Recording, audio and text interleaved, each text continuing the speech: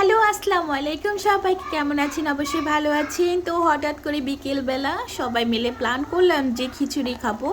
তো খিচুড়ি প্রায় আমার রান্না করা শেষ। তো এখন আপনাদেরকে আমি দেখাবো যে খিচুড়িটা কি কি দিয়েছি। তো খিচুড়িতে দিয়েছি ডাউল, আর হচ্ছে আমি গরুর মাংস দিয়ে রান্না করেছি। তো গরুর মাংস দিয়ে খিচুড়ি রান্না করলে অনেক মজা লাগে, বেশিরভাগই সবাই জানেন।